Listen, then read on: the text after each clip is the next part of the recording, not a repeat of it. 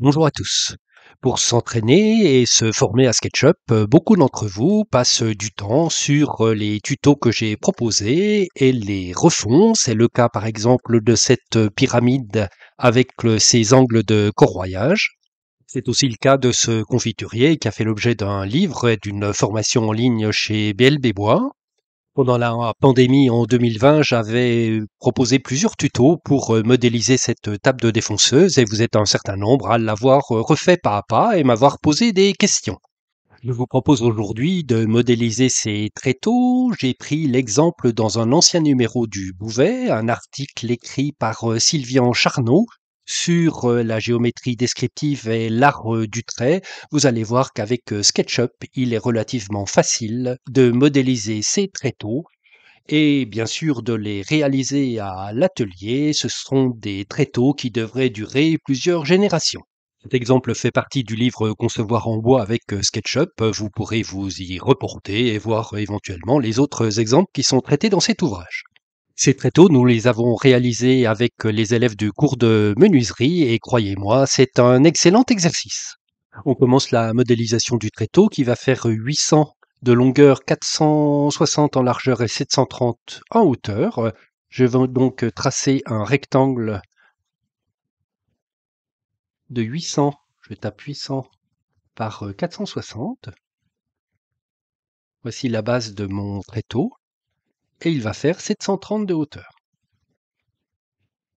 Voici donc l'encombrement de mon tréteau. Je vais faire maintenant la traverse haute. Je tape traverse haute. Elle va faire donc 800. En hauteur, elle va faire 55. Et en largeur 35. Je vais la faire en lettres. Je génère ma pièce, je quitte le plugin pièce et je place ma traverse. Je vais la saisir par son milieu et la mettre au milieu de mon tréteau. Je vais tracer en partie basse l'empreinte du pied. Pour ça, je fais un rectangle. Il va faire 55 par 35. Et en partie haute, je vais zoomer un petit peu, activer l'outil guide et mettre un guide sur cette face-là à 15 mm et un autre guide qui va partir d'ici et qui va être à 140 mm. De ce point-là, je vais tracer une ligne qui va rejoindre la partie basse de mon pied. Je n'ai plus besoin de l'enveloppe et des guides. Je vais donc sélectionner tout ça et les effacer. Voici qui est fait. J'ai encore cette ligne-là. Et à partir de ce moment-là, je vais sélectionner cette ligne biaise-là, lancer la commande Suivez-moi et générer la section de mon pied. Voici le pied. Il me reste à l'étendre un petit peu. Je vais l'étendre vers le haut et l'étendre vers le bas, toujours avec un pouce étiré. 3 clics dessus. Créer un composant. Je vais l'appeler pied. On voit naturellement que le composant n'est pas bien orienté. Clic droit souris, modifier les axes. Je vais aller à l'origine de la pièce ici, prendre l'axe rouge ici, l'axe vert, l'axe bleu vient automatiquement. Et ce qu'on remarque tout de suite, c'est que SketchUp a fait le corroyage et on voit bien que la section n'est pas carrée. Pour pouvoir poser mes traverses d'équerre, il faut qu'ici j'ai un angle droit, ce qui n'est pas le cas actuellement. Je vais éditer mon composant, faire une ligne, et on va trouver la perpendiculaire ici. Elle est faite. Maintenant, l'angle est droit. Je vais donc pouvoir, avec un pouce étiré, enlever cette matière-là jusqu'en haut. Et j'obtiens ainsi la section finale de mon pied.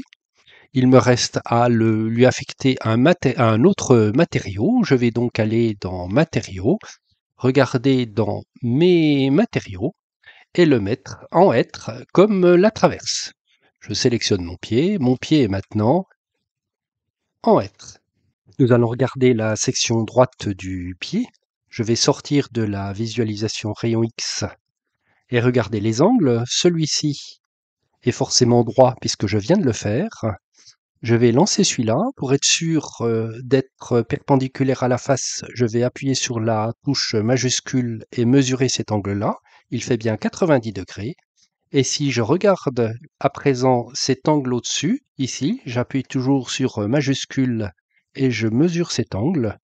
Je vois qu'il fait 93,2. C'est l'angle de corroyage de mon pied.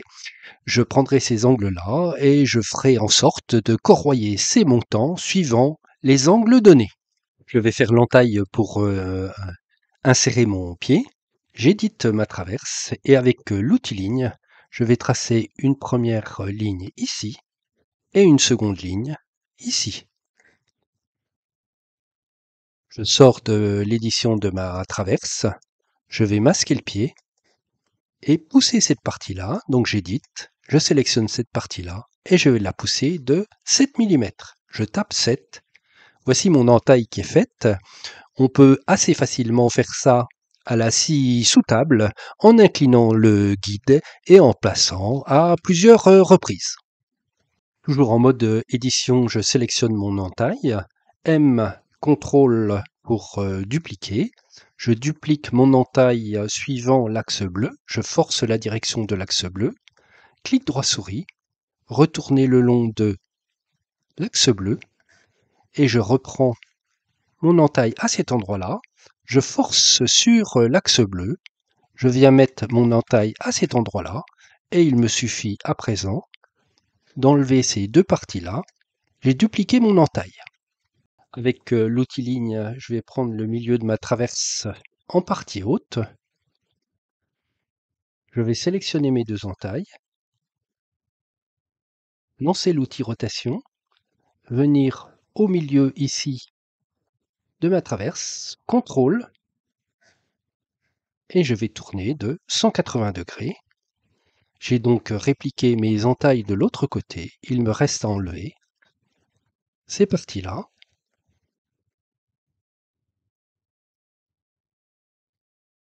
De sortir de mon mode d'édition. On a fait donc notre traverse haute.